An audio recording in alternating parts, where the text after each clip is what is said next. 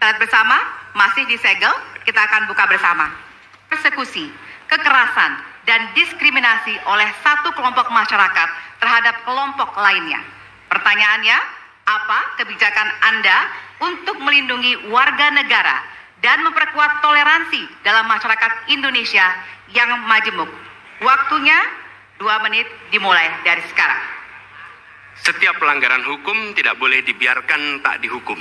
Karena apabila dibiarkan, dia akan menular dan dia akan dianggap sebagai sesuatu yang benar. Karena itu langkah yang pertama adalah setiap kali ada pelanggaran dikerjakan oleh siapapun, kapanpun, dimanapun, maka tegakkan aturan, tegakkan hukum. Nomor 1. Oke. Yang kedua, ketika kita berbicara kerukunan, maka kita harus melakukan usaha berkomunikasi dengan semua. Negara tidak boleh memusuhi salah satu unsur yang ada di masyarakat. Nah, boleh. Negara adalah penyelenggara yang harus menjangkau semua. Kami mungkin tidak suka, mungkin tidak setuju dengan pikiran seseorang, tapi negara harus memberikan hak kepada dia untuk berbicara, termasuk untuk mengkritik. Sehingga ada ruang kebebasan kepada rakyat untuk menyampaikan pendapatnya. Jadi, kita harus sadar, negara bukan mengatur pikiran, negara bukan mengatur perasaan, negara mengatur tindakan. Di situ kita atur. Dan bila melanggar, maka itu dilakukan tindakan penegakan hukum. Lalu, ketika sampai kepada usaha untuk menjangkau semua, pasti komunikasi dilakukan. Tapi selalu saja ada peristiwa pelanggaran, ada peristiwa kekerasan, dan seringkali rakyat tak tahu kemana harus melaporkan.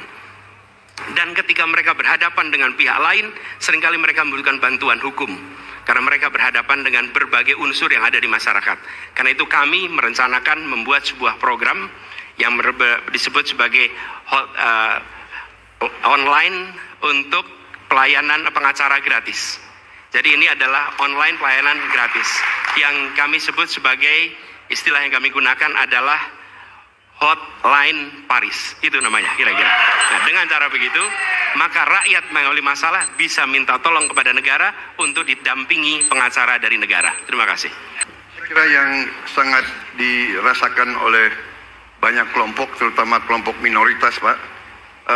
Saya ingin tanya, bagaimana tanggapan Bapak tentang keluhan adanya kelompok-kelompok minoritas yang ingin membuat tempat ibadah tapi sangat sulit karena faktor-faktor yang dipersulit oleh birokrasi dan sebagainya.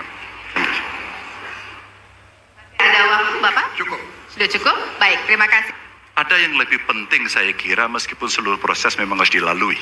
Penegakan hukumnya, menghukum yang bersalah, dan aparat hukum tidak boleh ragu pada soal itu. Tapi ketika kemudian kita kembalikan pada persoalan yang potensial muncul, itulah kenapa Pak Mahfud kemarin di Sabang berbicara dengan banyak tokoh agama. Agar di samping pendidikan agama, mereka memberikan juga pendidikan budi pekerti. Agar kemudian dia bisa mengerti sejak awal bagaimana berbeda dalam suku, agama, golongan, sehingga mereka akan bisa bareng-bareng memahami.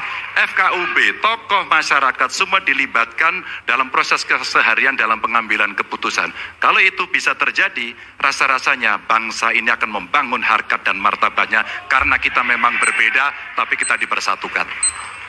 Terima kasih. Pak Prabowo, perlu kami sampaikan bahwa ketika kami bertugas di Jakarta, maka ada begitu banyak izin-izin gereja yang mandek 30 tahun, 40 tahun, dan tuntas dibereskan. Oke?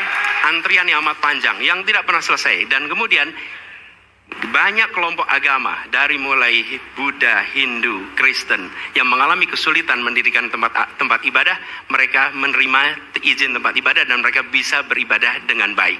Dan kalau boleh saya laporkan, dalam sejarah Gubernur Jakarta yang paling banyak memberikan izin rumah ibadah adalah Gubernur Anies Baswedan.